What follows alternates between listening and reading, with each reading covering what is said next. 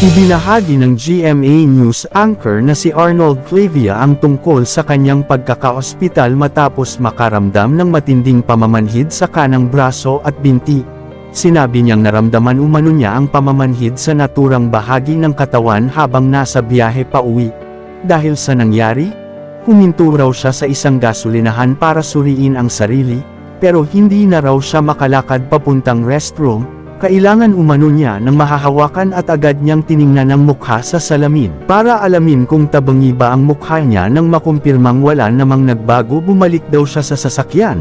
Kaya naman agad siyang isinugod sa ospital matapos ang naranasang ito ay tila pinayo sa kanya na mamaalam na muna siya sa trabaho at magpahinga na muna upang maiwasan na naman ito ulit.